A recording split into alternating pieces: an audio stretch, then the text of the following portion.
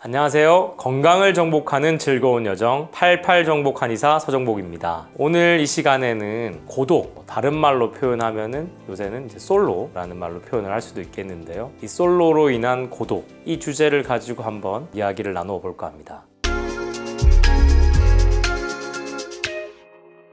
요새 나오는 프로그램들 중에는 나는 솔로지요, 20, 40대들의 솔로인 분들이 나와서 데이트를 통해서 매칭을 하는 이런 프로그램들이 되게 많이 유행을 했던 걸로 알고 있습니다. 근데 저는 이제 그 프로를 보면서 그 젊은 세대들의 1인 가구가 많이 늘어나고 결혼을 했다가도 또 이혼을 하시기도 하고 그런 사회적 이슈보다도 제가 더 주목을 했던 부분은 결국 노인들이 1인 가구가 많이 되고 그걸로 인한 고독감을 많이 느끼시게 되는 이 부분이 저한테는 더 많이 다가오고 있는 요즘입니다. 그러면은 과연 우리나라가 왜 이렇게 지금 독거노인분들이 많이 늘어나고 1인 가구 비율이 얼마만큼 늘어나고 있는지를 통계적으로 한번 살펴보면요, 우리나라는 몇십 년 전만 해도 원래 3세대 이상이 함께 사는 대가족 중심의 사회였잖아요. 그래서 2010년만 해도 1인 가구가 20%를 조금 넘는 정도 수준이었어요. 근데 2023년도에는 몇 퍼센트가 되셨는지 아세요? 35%를 넘어서기 시작을 했습니다. 앞으로 10년이 지나고 나서는 40%가 넘을 걸로 예측되고 있어요. 그만큼 1인 가구 시대다라고 해도 과언이 아닐 정도로 1인 가구가 많이 늘어났습니다. 근데 그 1인 가구가 앞서 말씀드렸던 것처럼 젊은 세대의 1인 가구화도 있지만 가장 많은 지금 인구를 차지하고 있는 60대 이상의 그 인구에서의 1인 가구화도 많이 늘어나고 있다는 거죠. 지금 우리나라는 2024년도 말 2025년도 초에 초고령 사회로 넘어가고 있다고 합니다. 초고령 사회란 65세 이상의 인구 비율이 이제 20%를 넘으면 초고령 사회라고 하거든요. 근데 우리나라는 전 세계 어느 나라보다 고령 사회에서 초고령 사회로 진입하는 기간이 짧은 나라예요. 그러다 보니까 이게 너무 혼란스러운 거예요. 왜냐하면은 노인 인구들이 갑작스럽게 늘어나니까 이 노인 인구들에 맞는 사회적 제도가 필요로 한데 그런 것들도 제대로 안 돼 있고 이분들을 케어할 수 있는 다른 방법들도 다 찾아져야 되는데 그런 것들이 부족한 게 현실입니다. 여기에 더불어서 앞서 말씀드렸던 이 노인분들이 1인 가구화되는 독거노인이 늘어나고 있는 이런 사회적인 문제들이 대비책이 아직은 미비한 게 현실입니다.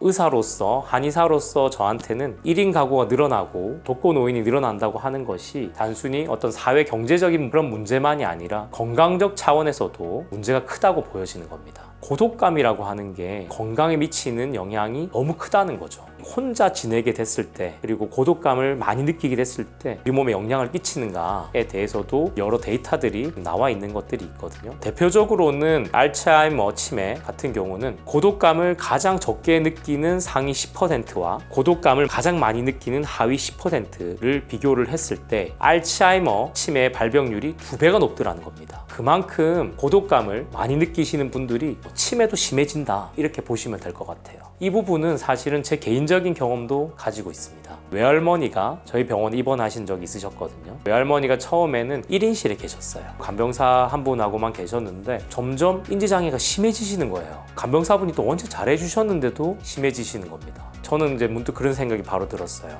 자극량이 너무 적으신 게 아닌가? 그 생각이 드는 거죠. 그래서 가족분들과 상의를 해서 6인실로 모셔드렸어요. 그랬더니 인지장애가 좋아지는 겁니다. 혼자 있어서 생기는 자극량이 적은 점 그리고 고독하게 느끼는 그 점들이 인지장애를 유발하게 된다라고 보일 수가 있는 거죠. 혼자 생활하게 되는 거, 또 그걸로 인해서 고독하게 느끼는 것들이 인지장애와는 너무 밀접하게 영향을 끼치는구나 라는 거를 제 개인적인 경험을 통해서도 많이 알게 될 수 있는 계기가 됐었습니다. 비단 이런 인지장애뿐만이 아니라요, 실제 우리 몸에도 다른 기능들에도 많은 영향을 끼치더라는 거죠. 왜냐하면은 이 고독감, 외로움이라는 게 스트레스적인 측면에서는 크게 작용을 하는 거거든요. 스트레스 호르몬이라고 하는 코르티졸이 문제가 생기게 되면은 결국 대사증후군이 생긴다든지 비만을 유발한다든지 몸에 염증을 생기게 한다든지 이런 것들은 사실 너무나 이제 많이 알려져 있잖아요. 이런 고독감과 외로움이 심해지면은 우리 몸의 면역 체계가 깨지게 되고 노화를 가속시키고 결국에는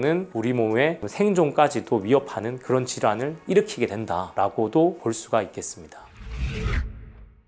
제가 요양병원에서 지금 10여 년 넘게 일을 하면서 보니까 요양병원 내에서 같이 생활을 하면서도 저희가 볼 때는 그 안에서의 또 특별한 노인 고독과 우울이 따로 있더라는 거죠. 6인실에서 같이 생활을 하시는데도 어떤 어르신들께서는 내가 버려졌다는 생각이 들고 내가 혼자 됐다라는 생각을 가지시고 그걸로 인해서 우울해 하시는, 삶의 희망이 없으시다고 생각하시는 겁니다. 근데 알고 보면은 그 자제분들은 어르신을 위해서 병원을 찾아서 저희 병원에 모신 그런 케이스인데, 어르신 입장에서는 나는 버려졌어 라고 생각하시는 그런 부분들이 많더라는 거죠. 그런 생각을 하고 계시면 실제로 그 어르신의 반응은 어떠냐? 우선 입맛이 없어 하세요.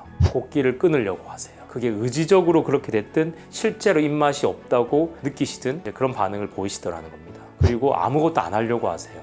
심지어 대화조차 거부하시는 분들도 계셨습니다. 근데 저희 입장에서는 어떻게든 어르신들의 건강을 책임져야 되는 그런 사람으로서는 조금이라도 한술 더 뜨도록 도와드려야 되고, 그 우울감으로부터 해방을 시켜드려야 건강이 악화되는 걸 최소한 막을 수가 있거든요. 그래서 끊임없이 대화를 시도를 합니다. 간단하게 5글자로 표현하면 정서적 지지라는 말로 표현할 수가 있을 텐데요. 저 같은 경우에는 한방진료를 하러 다가가면서 어르신 고향이 어디시냐고 이제 여쭙고, 또 자제분들이 몇 분이시냐, 그리고 좋아하시는 게 뭐냐, 그리고 지금 또 드시고 싶은 음식은 또 어떤 게 있으시냐 라는 등 끊임없이 대화를 거는 것을 시도를 합니다. 그러면서 본인 스스로 느꼈을 때 나는 이제 버려졌어, 이제 나는 홀로 됐어 라는 그 고독의 울타리로부터 한 걸음이라도 바깥으로 빠져나올 수 있도록 그런 노력을 저희가 기울이게 되거든요. 근데 그러다 보면은 조금씩 어르신이 고독감에서 빠져나오기 시작을 하세요.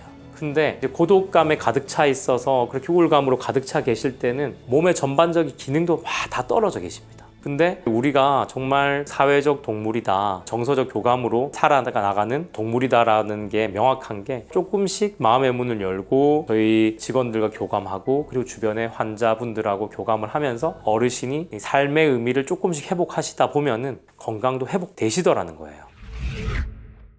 노인 고독과 이 노인 우울, 이런 부분이 지금 사회적으로도 많이 이제 주목을 받고 있어서 보건복지부에서도 65세 이상 취약계층을 상대로 노인 맞춤 돌봄 서비스가 제공되고 있습니다. 담당하시는 분이 보통 사회복지사인 걸로 알고 있는데요. 이분들이 방문하셔가지고 말벗도 해드리고 청소도 해드리고 식사도 같이 해드리고 이제 이런 그 관리를 해주면서 우울감이나 고독감에서 벗어나실 수 있도록 최소한의 노력들을 해드리고 있는 것으로 보여집니다. 그리고 주변의 가족분들이나 지인분들이 더 접근을 해서 노인 고독감과 우울감에 빠지지 않도록 적극적인 관심을 가져야 된다고 생각이 들고요. 정서적 관점에서 어떻게 건강을 유지할 건가도 상당히 중요하거든요. 그게 이제 나이가 들면 들수록 노인 고독과 우울감에 이 부분에 지배당하지 않을 건가, 그런 노인 고독과 우울감에서 벗어나기 위해서는 끊임없이 내 주변 지인분들하고 자주 만나고 자주 대화를 나누고 서로 교감을 나누고, 그래서 서로가 서로를 지지할 수 있는 그런 관계를 단단히 구축해 나가는 게 되게 중요하다. 매일 운동을 하시고 좋은 걸 먹고 이런 것도 당연히 필요한데요. 근데 그게 갑자기 다가오는 노인 고독과 우울감을 다 벗어나게 할 수는 없을 수도 있거든요. 수명과 건강 수명의 간극이 더 좁아질 수 있도록, 죽는 그날까지 건강하게 우리 몸을 유지할 수 있도록 하는 데 있어서 가장 중요한 포인트 중에 하나가 바로 정서적 교감을 끊임없이 하는 거다.